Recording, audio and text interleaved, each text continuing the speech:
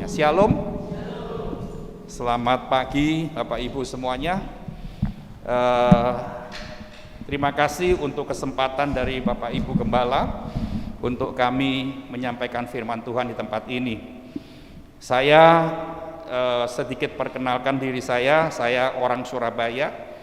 Nama saya James Ong dan saya lahir di Surabaya. Saya besar di sini, saya menikah dengan orang Surabaya dan saya melayani Tuhan bersama ketiga orang anak saya ya di Surabaya juga. Puji Tuhan. Bapak Ibu semuanya, mari kita segera membuka firman Tuhan di dalam 1 Timotius 4 ayat yang ke-8.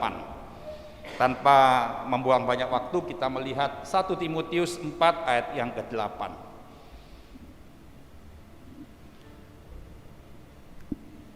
Ayat ini berkata, latihan badani terbatas gunanya, tetapi ibadah itu berguna dalam segala hal karena mengandung janji baik untuk hidup ini maupun untuk hidup yang akan datang. Bapak Ibu, kalau kita lihat di ayat 8 ini, betapa pentingnya ibadah, betapa pentingnya dan arti ibadah itu luar biasa. Di sini dikatakan bahwa ibadah itu berguna dalam segala hal. Jadi bukan cuman kalau saudara pergi beribadah, saudara ingin mendapatkan sukacita, saudara cuma ingin mendapatkan damai sejahtera, bukan cuman itu. Tetapi ibadah itu ternyata berguna dalam segala hal, hal apapun bisa terjawab melalui ibadah. Sebab itu Bapak Ibu, hari ini kita belajar, saya ingin kita mau buka hati supaya firman Tuhan ini boleh memberikan hikmat kepada kita dan memberikan sebuah pengertian yang baru kepada kita. Dan firman Tuhan berkata begini, ibadah itu berguna dalam segala hal karena mengandung janji, baik untuk hidup ini maupun untuk hidup yang akan datang. Jadi Bapak Ibu, kita tidak usah ngomong hidup yang akan datang dulu, karena sekarang kita masih ada di dunia. Jadi artinya gini, ketika kita hidup hari ini, kita bisa menerima janji-janji Tuhan melalui ibadah. Ya, kita hari ini belajar apakah ibadah itu. Nah, saudara pikirkan gini, ibadah itu kalau sekarang dulu yang ibadah kalau gereja karismatik atau apapun itu Pentakosta, itu 2 jam. Sekarang mungkin dipersingkat menjadi 1,5 jam atau 1 jam saja. Mungkin seperti itu. Pikiran kita, di benak kita, ibadah itu kumpul-kumpul, memuji Tuhan bersama, mendengar firman Tuhan bersama. Tetapi hari ini saya akan memberikan satu esensi. Saya memberitahukan bahwa apa sih esensi ibadah itu. Saudara, kita akan buka sebentar di dalam 2 Timotius. Maju sedikit, 2 Timotius 3. Pak Gembala, apakah saya bisa ada satu orang yang bisa tolong membaca? Kira-kira siapa? Ya, 2 Timotius 3 ayat 1 sampai ayat yang ke-5. Mari.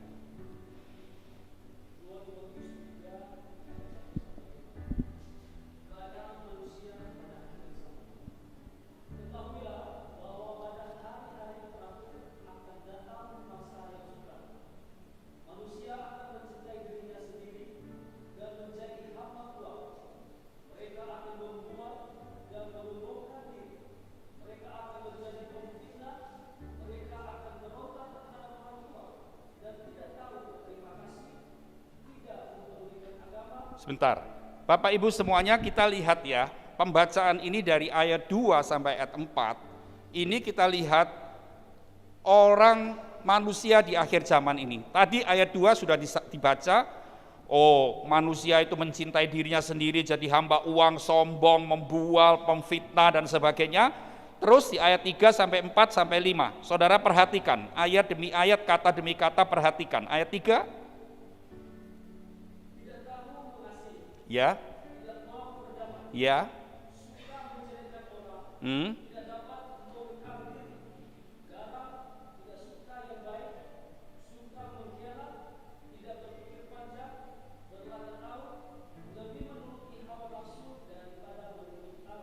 lima.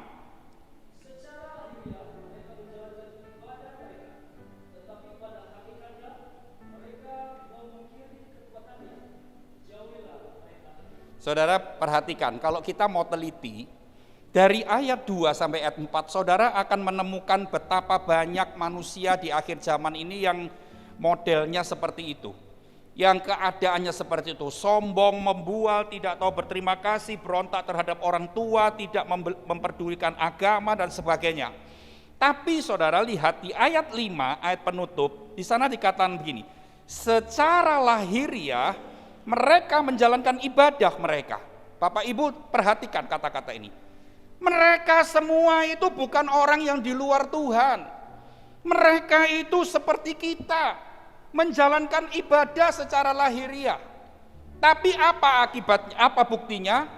Buktinya hidup mereka tidak berubah. Hidup mereka sombong tetap sombong, ya tidak mementingkan orang lain, egois tetap egois dan sebagainya. Nah, hari ini kan saya tadi bilang kita akan belajar esensi ibadah. Ya, kita harus ngerti bahwa sebetulnya ibadah itu luar biasa. Ayat 5 ditutup dengan kata-kata begini. Tetapi pada hakikatnya mereka memungkiri kekuatannya. Kekuatan apa? Kekuatan ibadah itu loh. Jadi saudara gini, kita jadi orang Kristen, oke.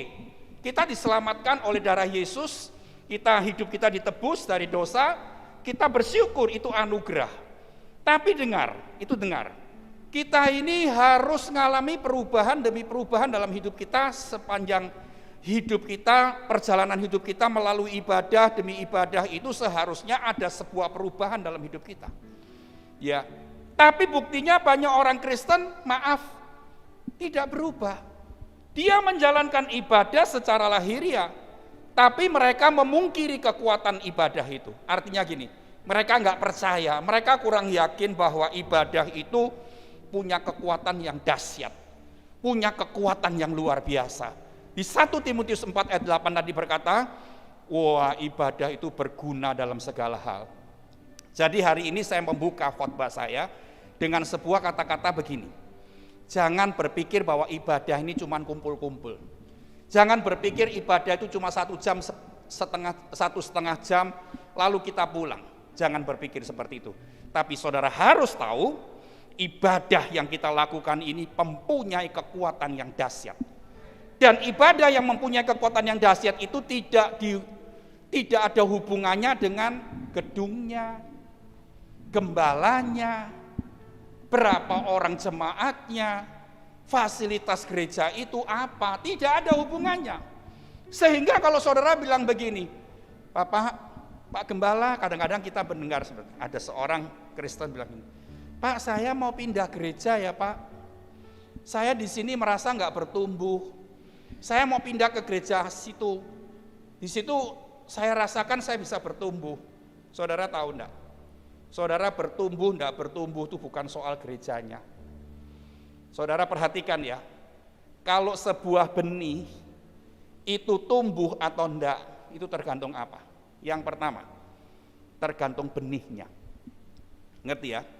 Benih itu, kalau benih itu baik, dia pasti akan tumbuh. Benih itu bicara soal apa? Bicara soal firman. Semua gereja akan memberitakan firman yang sama, firman yang murni. Semua gereja membicarakan, mengabarkan berita Injil yang seutuhnya. Dengar. Jadi saudara, kalau benih, saudara dimanapun saudara akan mendapatkan benih yang sama. Tiap gereja, termasuk di sini. Lalu benih yang baik itu harus ditanam di tanah yang baik. Nah ini dia. Tanah itu bicara soal apa saudara? Tanah itu ternyata bicara soal hati kita. Nah, di sini yang kita letaknya, saudara. Kita kadang-kadang tidak merasakan bahwa tanah hati kita ini tanah yang tidak baik. Makanya saudara merasakan tidak tumbuh.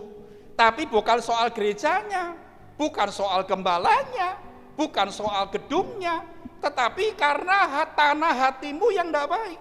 Saudara pergi kemanapun nanti akhirnya tanahmu tidak baik, yang kau tidak bertumbuh lagi di situ.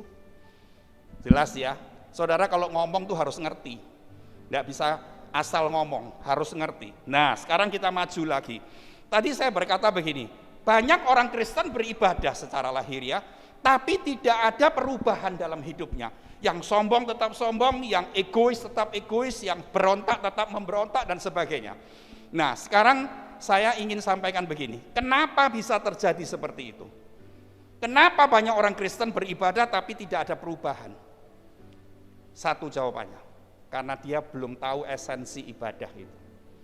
Nah, saudara, saya ingin sampaikan begini, apa sih esensi ibadah itu? Ternyata esensi ibadah itu adalah perjumpaan secara pribadi dengan Tuhan. Itu loh esensi. Jadi perjumpaan pribadi dengan Tuhan itu, kalau itu terjadi, maka terjadilah perubahan. Saudara lihat 1 Timotius 6 ayat 6. Kita akan baca sama-sama ayat ini. Ini ayat pendek. 1 Timotius 6 ayat yang ke-6. Saya ajak saudara membaca semuanya ya. 1, 2, 3. Memang ibadah itu kalau disertai rasa cukup memberi keuntungan besar. Nah, saudara tahu. Ternyata firman Tuhan bilang gini, saudara akan mendapatkan keuntungan besar itu apa? Saudara pikir uang.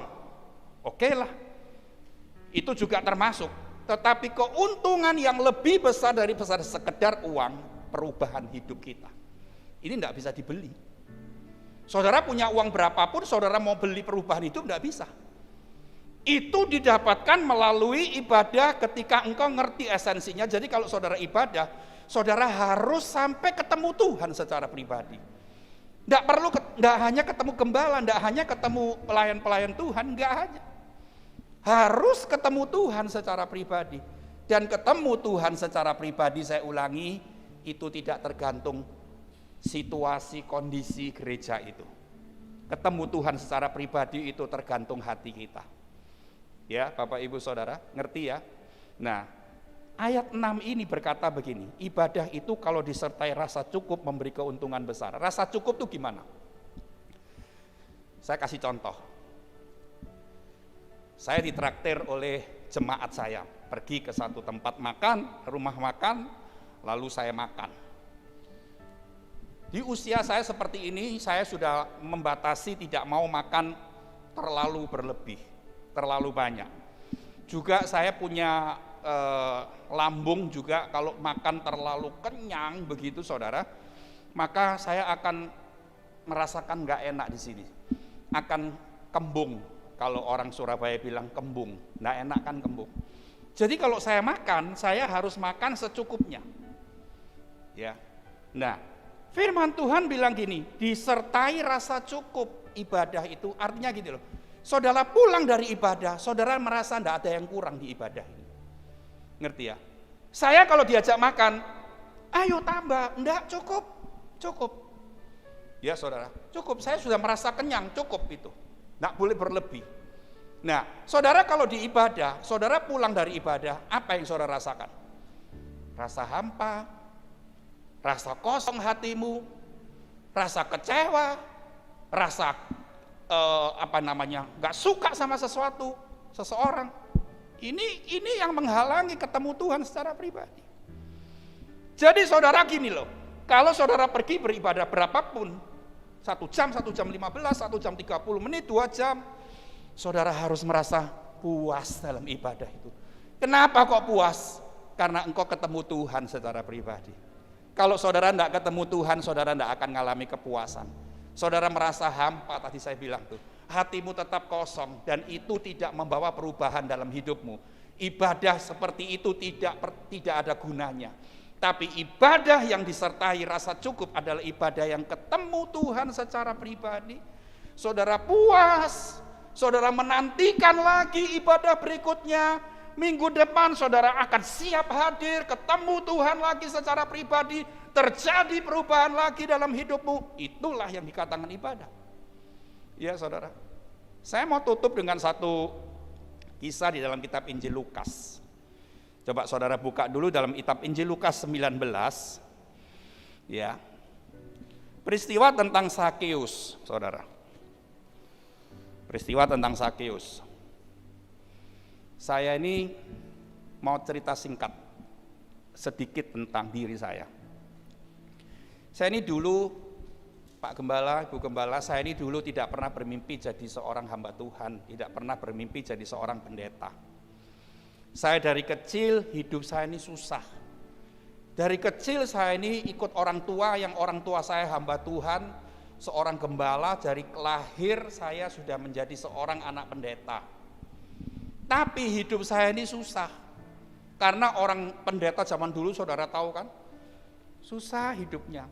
Tahun 60-70-an itu, 80-an masih lumayan sudah. Tapi tahun-tahun lama itu mereka bilang gini, biar saya miskin di sini gitu kan, tapi kaya di surga.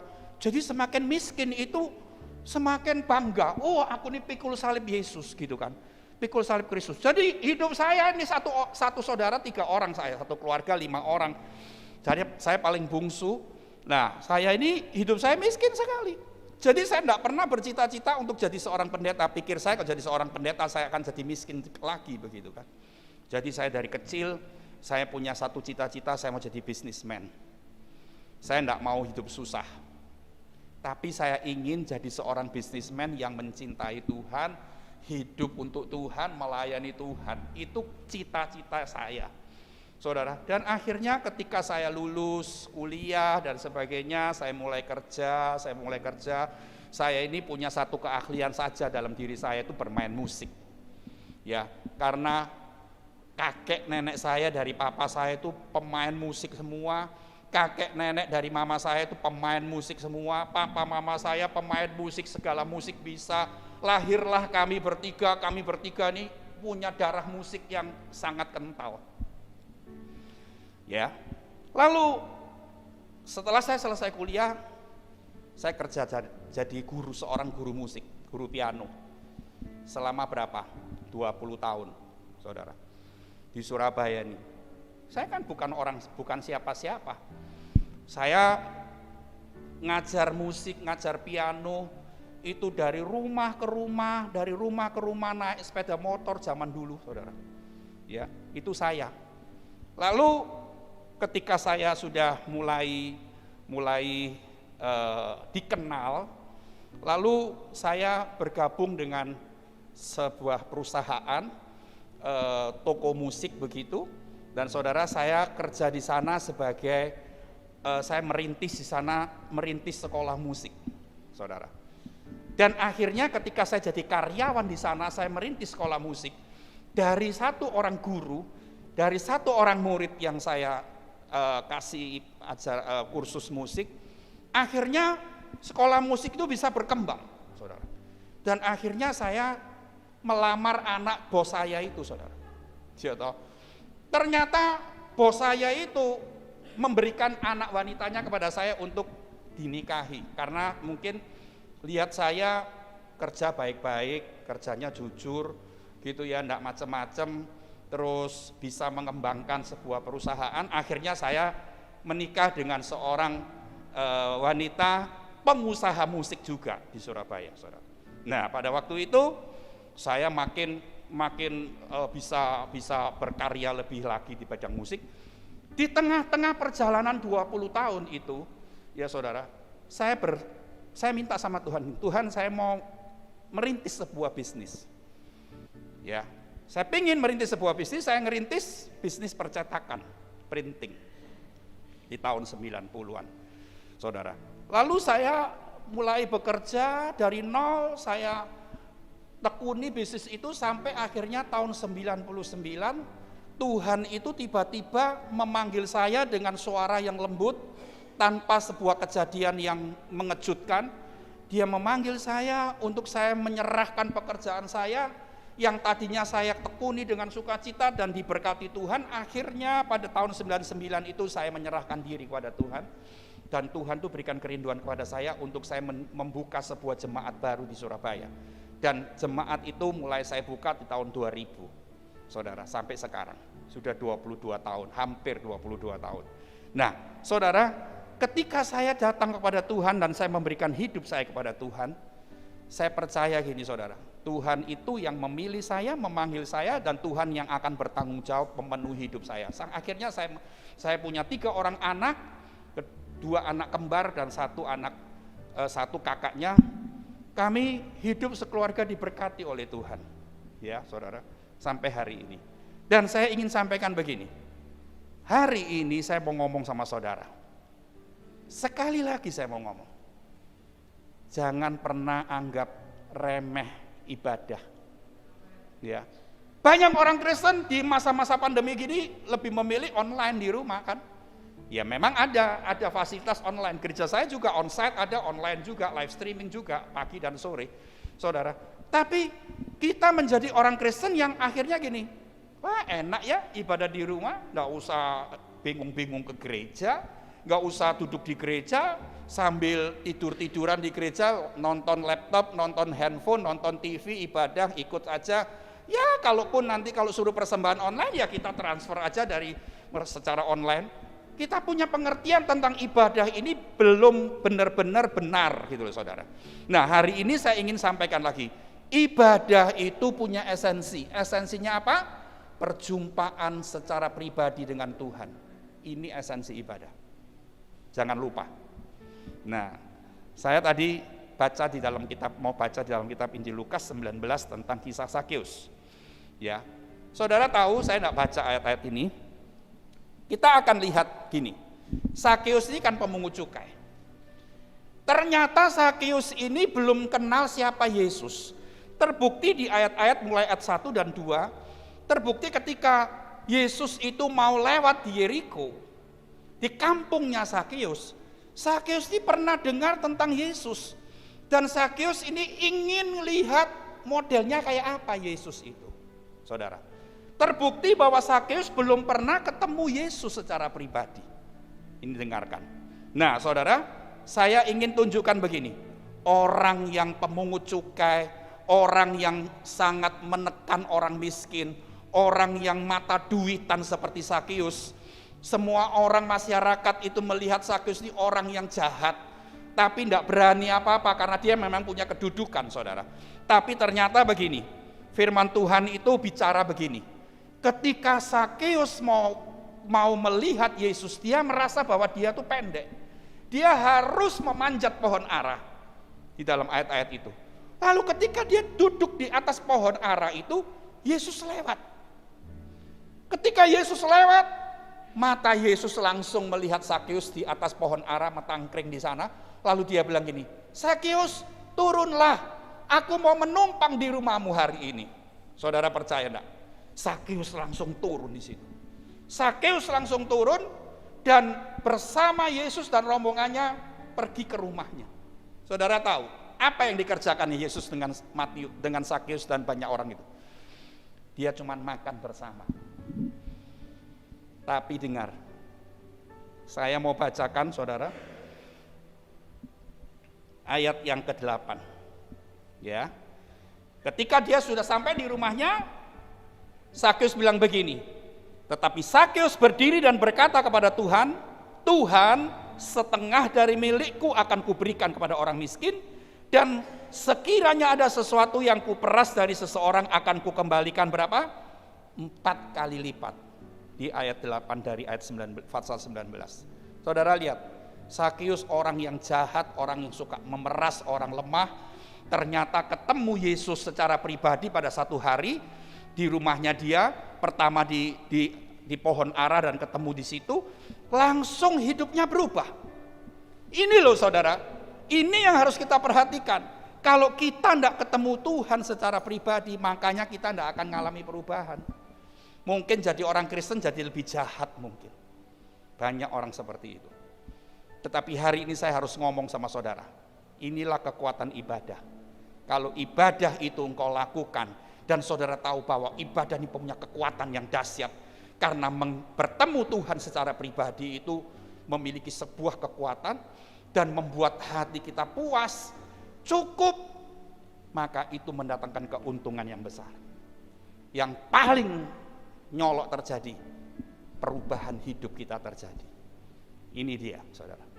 Jadi hari ini saudara harus tahu bahwa ibadah yang kau akan datangi dan kau akan lakukan setiap minggu yang akan datang dan selamanya, saudara, ini harus menjadi ibadah yang selalu bisa mengubahkan kita. Karena kita bisa ketemu Tuhan secara pribadi setiap ibadah itu. Amin Bapak Ibu. Ya, sekali lagi saudara ketemu Tuhan bukan soal gedungnya. Bukan ketemu Tuhan bukan soal gembalanya, bukan soal diakennya, bukan soal WL-nya atau siapanya, tidak. Ketemu Tuhan secara pribadi itu soal hati kita. Ya, jadi hari ini saya selalu tekankan sebelum saya selesai. Kalau saudara kepingin kehidupanmu berubah, ketemu Tuhan secara pribadi di dalam setiap ibadahmu. Karena ibadah ini memiliki kekuatan yang dahsyat. Dan 1 Timotius 4 ayat 8 berkata, ibadah ini berguna dalam segala hal. Berguna dalam segala hal. Melalui ibadah itu berkat-berkat dicurahkan. Janji-janji Tuhan digenapi. Semuanya bisa terjadi melalui ibadah asal kita ketemu Tuhan. Amin.